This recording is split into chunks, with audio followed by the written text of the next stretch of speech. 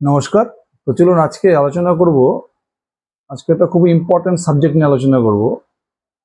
এই সমস্যাটা আমি দেখছি আমাদের মোটামুটি অধিকাংশ রিটেল ইনভেস্টর এই সমস্যার মধ্যে দিয়ে চলে আর কি।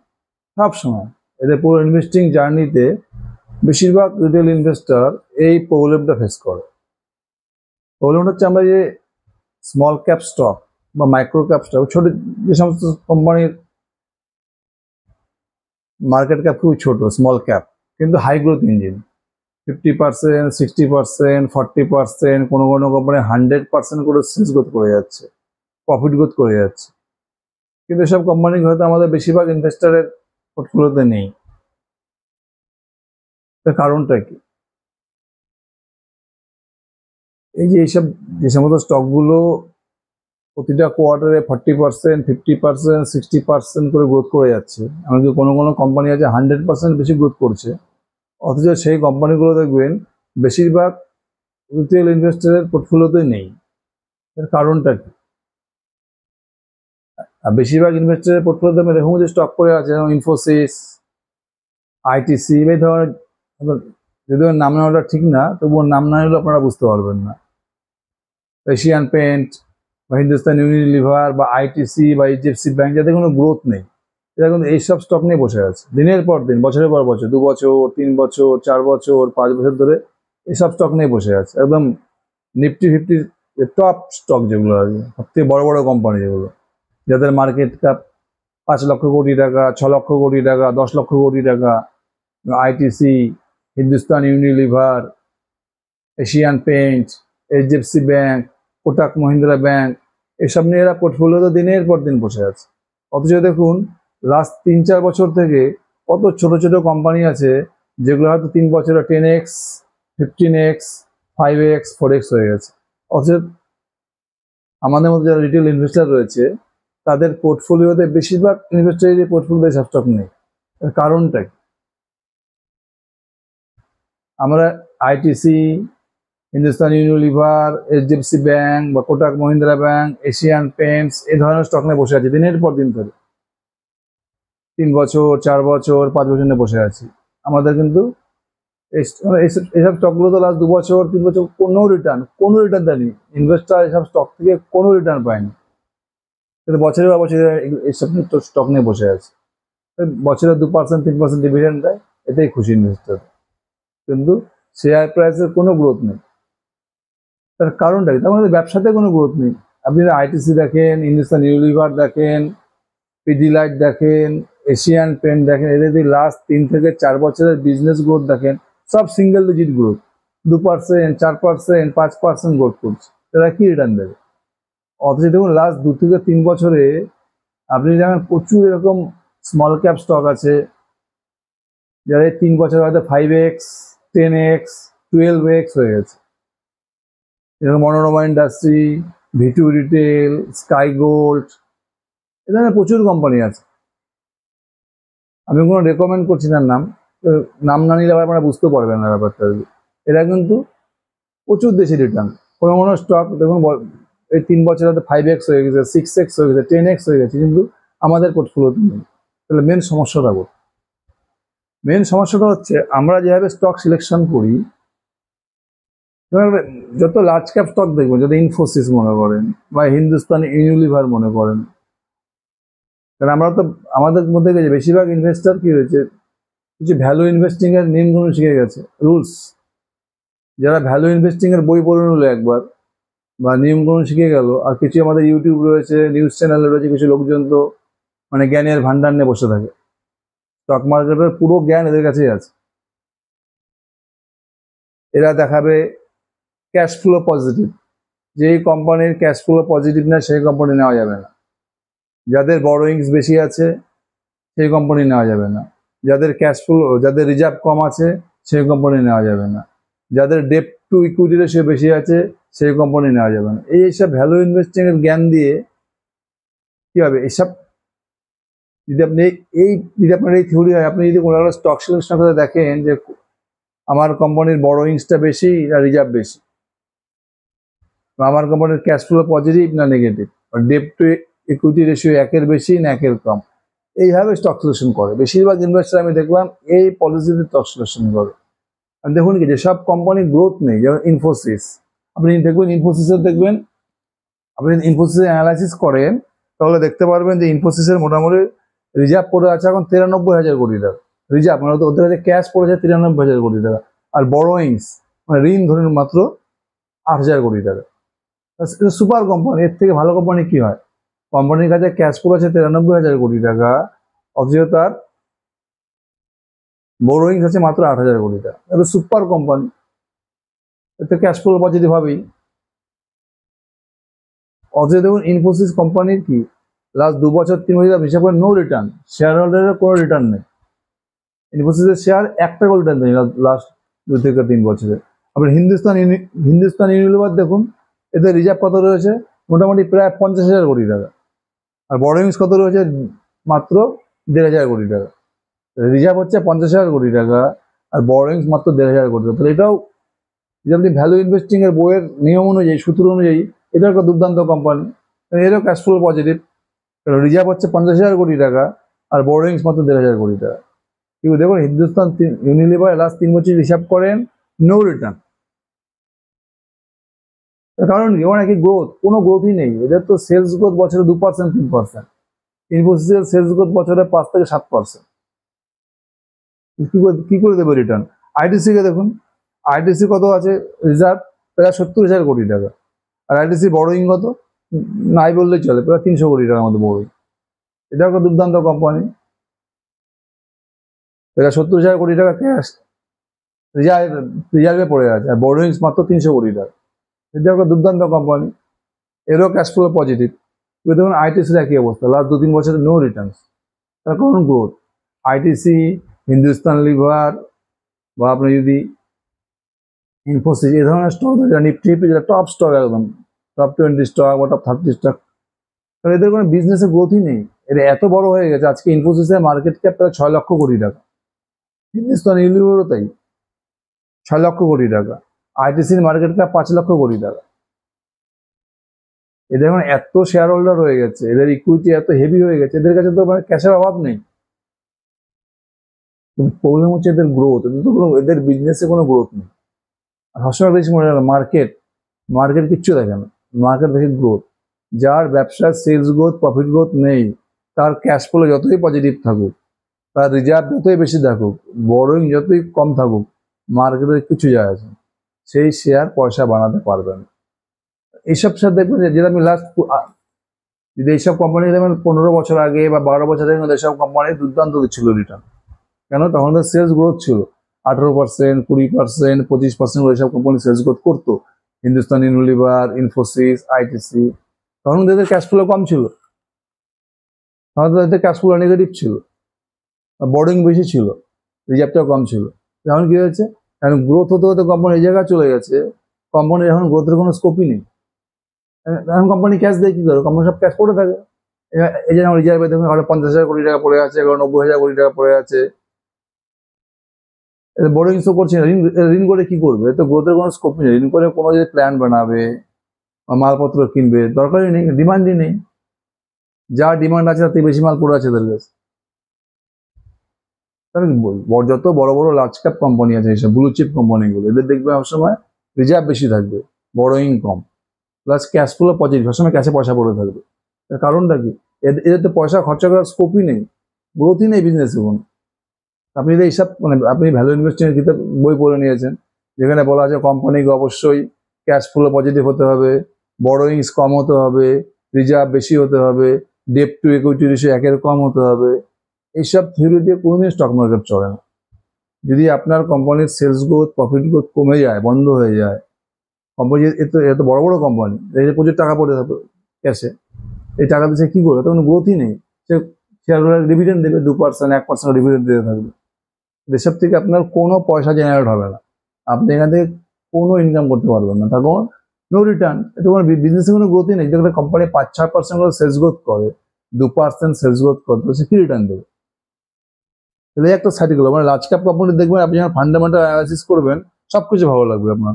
আইটিসি, ইনফোসিস, এইচইউএল, কেন এদের ক্যাশ ফ্লো পজিটিভ, রিজার্ভে প্রচুর টাকা আছে, বড়োয়িং কম আছে, ডেপ টু ইকুইটি রেশিও সামান্য, এভরিথিং পজিটিভ, কিন্তু বোধহয় শেয়ার চলছে না। তার কারণ একটাই, কারণ এদের কোনো গ্রোথ নেই, কোনো সেলস গ্রোথ নেই সব কোম্পানি। এবার আপনি যদি উল্টো দিকে দেখেন, এই যে এসব কোম্পানি HUL বা ইনফোসিস বা আইটিসি, লাস্ট 3 বছর থেকে এদের শেয়ার একই জায়গায় পড়ে আছে। কারণটা কি? কোনো সেলস গ্রোথ নেই। অথচ এই 3 বছরে দেখুন প্রচুর স্মল ক্যাপ কোম্পানি, প্রচুর মাইক্রো ক্যাপ কোম্পানি দেখবেন এই লাস্ট 3 বছর হয়তো এদের শেয়ারের প্রাইস 5x, 10x, 12x হয়ে গেছে। কারণটা কি? এবার আপনি ভিটুরিয়ালকে দেখুন, ভিটুরিয়ালে দেখবেন এদের রিজার্ভে রয়েছে 312 কোটি টাকা, অথচ বোর্ডিংস রয়েছে 850 কোটি টাকা। এটা ভ্যালু ইনভেস্টিং এর ফর্মুলা অনুযায়ী কি? খুব খারাপ জিনিস। রিজার্ভের থেকে বোর্ডিং প্রায় 3 গুণ, প্লাস ক্যাশ ফ্লো নেগেটিভ, ক্যাশে কোনো পয়সাই নেই। তাহলে ভিটুরিয়াল কোম্পানি খুব বাজে হওয়ার কথা।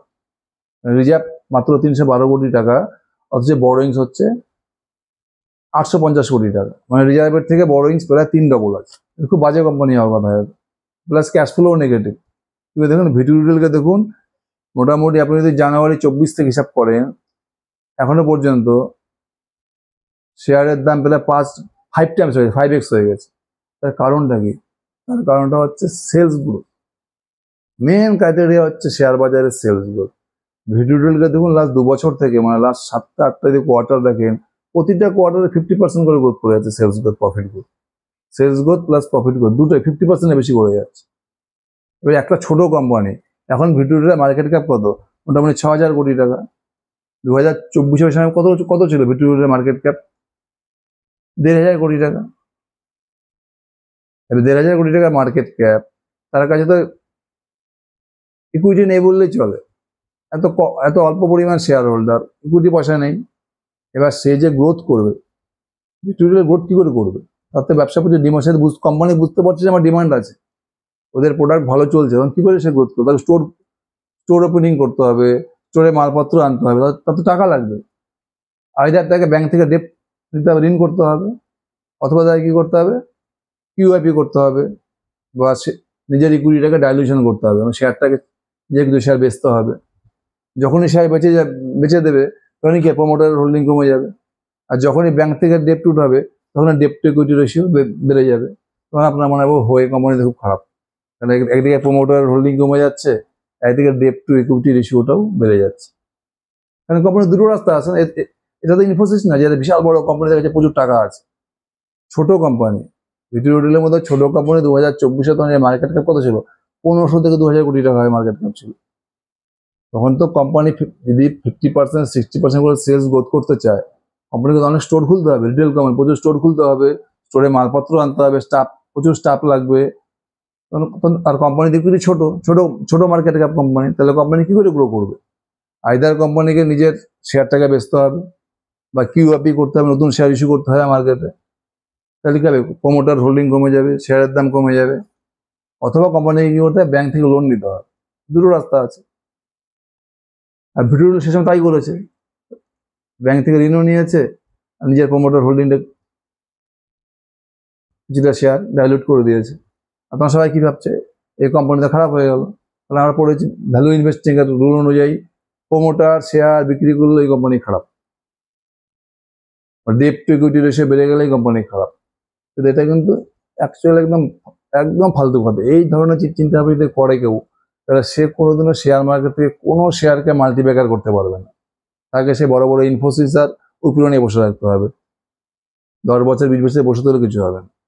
আপনি যদি গ্রোথ ইঞ্জিন খুঁজতে, যদি গ্রোথ স্টোরি খুঁজতে লাগে, ওসব ভ্যালু ইনভেস্টিং এর বলিতে কিচ্ছু হবে না। Cash flow, reserve, borrowings, debt to equity ratio, FII holding, DII holding, ওদের কিচ্ছু হবে না। শেয়ার বাজার শুধু জন্য গ্রোথ। আজকে ভিটুরিয়ালকে দেখুন, তখন যদি ভিটুরিয়াল ডেপ না উঠাতে ব্যাংক থেকে, যদি নিজের শেয়ারটাকে ডাইলিউট না করতো, আজকে ভিটুরিয়াল গ্রোথই করতে পারতো না। সেম জিনিস দেখুন মনোরমা ইন্ডাস্ট্রিকে দেখুন, মনোরমা ইন্ডাস্ট্রিজ, এদের একই অবস্থা দেখুন। এদেরও ক্যাশ ফ্লো নেগেটিভ, রিজার্ভের থেকে বোরোয়িং বেশি, অথচ মনোরমাকে দেখুন লাস্ট 2 বছরের শেয়ার প্রায় 4 থেকে 5 গুণ, 4x থেকে 5x হয়ে গেছে। সেম স্কাই গোল্ডকে দেখুন, স্কাই গোল্ডেরও তাই, রিজার্ভের থেকে বোরোয়িং বেশি, তখনও তাই ছিল, ক্যাশ ফ্লো নেগেটিভ। স্কাইগোল্ড শেয়ারটা দেখুন লাস্ট 2 বছরে প্রায় 10x হয়ে গেছে। যে কোনো কোম্পানি আপনি দেখতে পারেন। আপনি টাইমেক্স ওয়াচ ধরুন, টাইমেক্স গ্রুপ দেখুন, টাইমেক্স সেম, এরও তাই রিজার্ভের থেকে বড়োইং প্রচুর বেশি। তুমি দেখুন এদেরও ক্যাশ ফ্লো নেগেটিভ, লাস্ট 1 বছরে দেখুন টাইমেক্স কোম্পানি কিন্তু ডবল হয়ে গেছে। Same fundamental. আজ থেকে টাইমেক্স গ্রুপ কিন্তু আজ থেকে 2 বছর আগে টাইমেক্স গ্রুপেরও সেম ফান্ডামেন্টাল ছিল, রিজার্ভের থেকে বড়োইং বেশি ছিল, ক্যাশ ফ্লো নেগেটিভ ছিল, তখন কিন্তু শেয়ার চলেনি, কারণ তখন টাইমেক্সের গ্রোথ ছিল না। লাস্ট 1 বছরে দেখুন 1 থেকে 1.5 বছরে টাইমেক্স প্রতিটা কোয়ার্টারে 40%, 35%, 50% করে এখন সেলস গ্রোথ করে যাচ্ছে। এই জন্যই কি হচ্ছে, টাইমেক্সের শেয়ার দেখুন লাস্ট 1 বছর ডবল হয়ে গেছে। এবার দেখুন যতগুলো কোম্পানি আপনি স্মল ক্যাপ কোম্পানি দেখেন লাস্ট 2 থেকে 3 বছরে 3x, 4x, 5x, 10x হয়েছে। স্কাইগোল্ড, ভিটু রিটেল, মনোরমা ইন্ডাস্ট্রি, প্রত্যেকের দেখুন ক্যাশ ফ্লো নেগেটিভ, রিজার্ভ কম, বড়োইং বেশি। মানে ভ্যালু ইনভেস্টিং এর ফর্মুলা কিন্তু একটা পড়ছে না। ঠিক আছে, এই শেয়ারগুলোই দেখুন লাস্ট 2 থেকে 3 বছর কিন্তু এরাই মাল্টিপ্যাকের রিটার্ন দিয়েছে।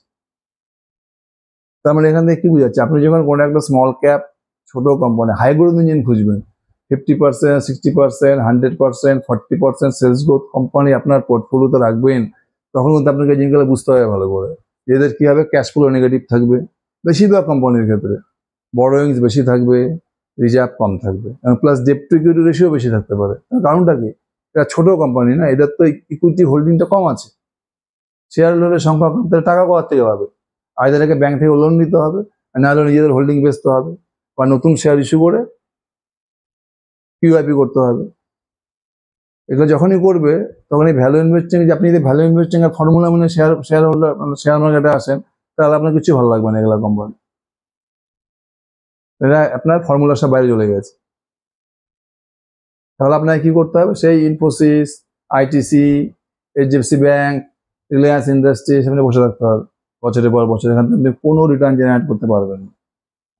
আপনাকে যদি গ্রোথ স্টোরি খুঁজতে হয়, যদি আপনি গ্রোথ কোম্পানি নিতে চান, তাহলে আপনাকে কিন্তু খুঁজতে হবে গ্রোথ। যখনই গ্রোথ খুঁজতে যাবেন ছোট কোম্পানির কাছ থেকে, তো আদার কোম্পানিকে ঋণ করতে হবে, বা ইকুইটি ডাইলিউট করতে হবে, প্রমোটার নিজের শেয়ার হোল্ডার বিক্রি করবে, এসব কিন্তু আপনাকে বুঝতে হবে। হ্যাঁ, তবে এইসব আমি বলছি, এইসব গ্রোথ কোম্পানি নিয়ে আপনি বসে থাকলে হবে না, আপনাকে প্রতিটি কোয়ার্টারে ট্র্যাক করতে হবে। কারণ এইসব স্মল ক্যাপ কোম্পানি যখন ঋণ নিয়ে ব্যবসা করছে না, ইকুইটি ডাইলিউট করছে, যদি এদের সেলস গ্রোথ কমে যায়, তাহলে কিন্তু মার্কেট এদেরকে ছাড়বে না, একদম স্টক দেখবেন ডেইলি মারতে থাকবে লোয়ার সার্কিট। এইসব কোম্পানিকে আপনাকে প্রতিটা কোয়ার্টারে ট্র্যাক করতে হবে। কিন্তু আপনি যদি পোর্টফোলিওতে এসব স্টক না নেন, তাহলে আপনার শেয়ার মার্কেটে আসার কোনো মানেই হয় না। ওর থেকে টাকা আপনি ব্যাংকে ফিক্সড ডিপোজিট করে দেন বা মিউচুয়াল ফান্ডে ইনভেস্ট করে দেন, তো 8%, 10% পাবেন রিটার্ন। যদি আপনাকে 30%, 35% বছর রিটার্ন আর্ন করতে হয়, যেখান থেকে আপনাকে কেরিয়ার তৈরি করতে হবে, আপনি কিন্তু এই ধরনের স্টকে খুঁজতে হবে গ্রোথ ইঞ্জিন। আর যখনই গ্রোথ ইঞ্জিন খুঁজবেন, তখন আপনাকে কিন্তু এইসব জিনিস অ্যাভয়েড করতে হবে। Cash flow, FII holding, DII holding, তারপরে আপনার হচ্ছে প্রোমোটারের হোল্ডিং কমে গেল, কি হবে এখন, কোম্পানি খতম হয়ে যাবে, এসব করলে হবে না। আপনাকে খালি প্রতিটা কোয়ার্টারে কোম্পানির রেজাল্ট ট্র্যাক করতে হবে, যে সেলস গ্রোথ ঠিকঠাক যাচ্ছে, প্রফিট গ্রোথ ঠিকঠাক বাড়ছে কিনা। যখনই কোম্পানির সেলস গ্রোথ, প্রফিট গ্রোথ করতে থাকবে, যখন বড় হয়ে যাবে না কোম্পানি একটু, তখন অটোমেটিক কোম্পানির ক্যাশ ফ্লো পজিটিভ হয়ে যাবে, কোম্পানির রিজার্ভ বেড়ে যাবে, বড়োইং কমে যাবে পরে। আর একটা কোম্পানি যখন ওই পজিশনে চলে যাবে না, রিজার্ভ, কোম্পানির রিজার্ভে প্রচুর টাকা হয়ে গেছে, বড়োইং কমে গেছে, ক্যাশ ফ্লো পজিটিভ হয়ে যাবে, দেখবেন ডেট টু ইকুইটি রেশিও কমে যাবে, সব ভালো ভালো সিমটম যেমন হয়ে যাবে কোম্পানির, তখন কিন্তু কোম্পানির গ্রোথও কমে যাবে। তখন আপনাকে এই গ্রোথ স্টোরিটা খুঁজতে হবে। এই যে কোম্পানি যখন ছোট থেকে বড় হচ্ছে, যে সময়টা কোম্পানির রিজার্ভ কম থাকবে, বড়োইং বেশি থাকবে, ডেট বেশি থাকবে, ক্যাশ ফ্লো নেগেটিভ থাকবে, ওইটাই কিন্তু কোম্পানির গ্রোথ করার সময়। আপনি যদি এই সময়টা মিস করে দেন, যখন কোম্পানি গ্রোথ করে গেল, যেমন ইনফোসিস, আইটিসি, এরা যখন গ্রোথ করে গেছে, এখন ওদের cash flow positive, debt to equity ratio কম, রিজার্ভ বেশি, বড়োইং কম, এখন কিন্তু কোম্পানিতে গ্রোথ, এখান থেকে আপনি পয়সা ইনকাম করতে পারবেন না। কারণ আপনাকে পয়সা ইনকাম করতে হবে, কি খুঁজতে হবে, গ্রোথ স্টোরি খুঁজতে হবে, সেলস গ্রোথ। ওখানে কিন্তু FII holding, DII holding, cash flow কোনো, এগুলোর কোনো ভূমিকা থাকবে না। আপনাকে এইভাবে অ্যানালাইসিস করতে হবে। দেখুন, আপনারা ভাবে অ্যানালাইসিস করুন। Thank you.